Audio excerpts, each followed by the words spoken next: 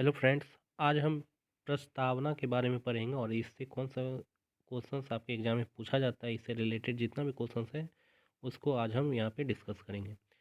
तो प्रस्तावना क्या है, इसको हम पढ़ देते हैं। आप सब भी जानते होंगे प्रस्तावना में क्या क्या लिखा है। तो देखो, प्रस्तावना में लिखा है कि हम भारत के लोग भारत को एक संपूर्ण प्रभुत्व संपन्न समाजवादी पंथ निरपेक्ष लोकतंत्रात्मक गणराज्य बनाने के लिए तथा उसके समस्त नागरिकों को सामाजिक, आर्थिक और राजनीतिक न्याय, विचार, अभिव्यक्ति, विश्वास, धर्म और उपासना की स्वतंत्रता, प्रतिष्ठा और अवसर की समता प्राप्त कराने के लिए तथा उन सब में व्यक्ति की गरिमा और राष्ट्र की एकता और अखंडता सुनिश्चित करने वाली बंधुता बढ़ाने के लिए दृढ़ संकल्प होकर अपनी इस संविधान सभा में आज तारीख 26 नवंबर 1949 को एतेद द्वारा इस संविधान को अंगीकृत, अधिनियमित और आत्म अर्पित करते हैं।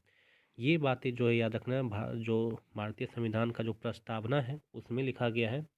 अब देखते हैं इसमें क्या क्या चीज़ पूछा जाता है आपके एग्जाम में।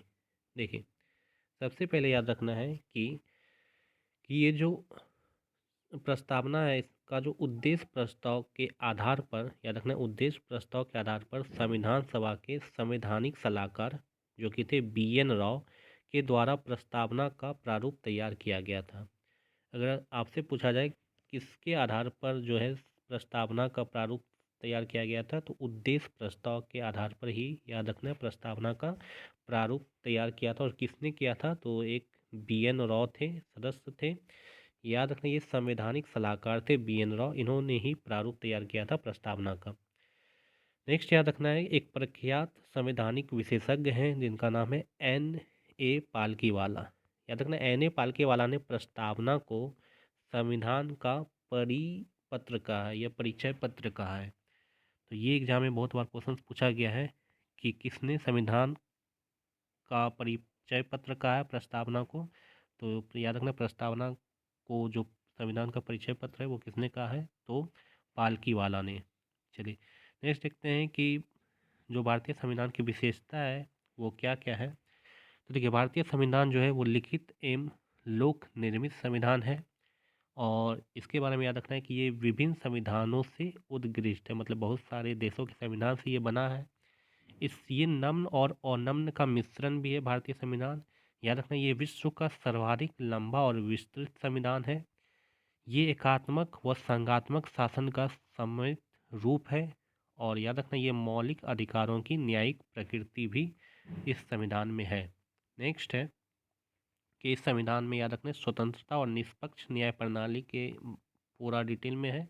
इसमें लोकतांत्रिक व्यवस्था भी दिया है और इसमें एकल नागरिकता और सार्वभौमिक व्यक्ति मताधिकार की झलक भी देखती है।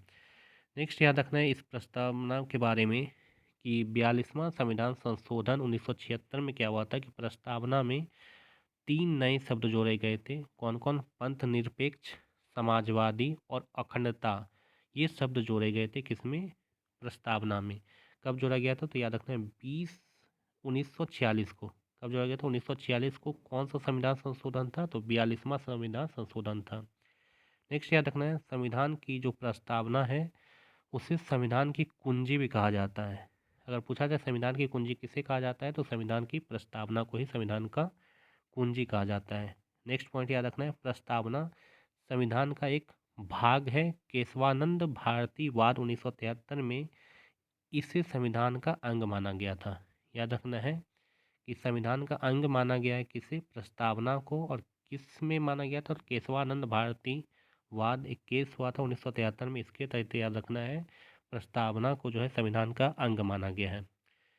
तो इतना क्वेश्चंस आपके एग्जाम में प्रस्तावना से रिलेटेड पूछा जाता है। नेक्स्ट वीडियो में हम देखेंगे संविधान के स्रोत कौन कौन से हैं, कौन कौन से पॉइंट जो है किस देश के संविधान से लिया गया है, इसको हम नेक्स्ट वीडियो में पूरा इसका डिटेल में देखेंगे। तो आज के लिए इतना ही। Thank you.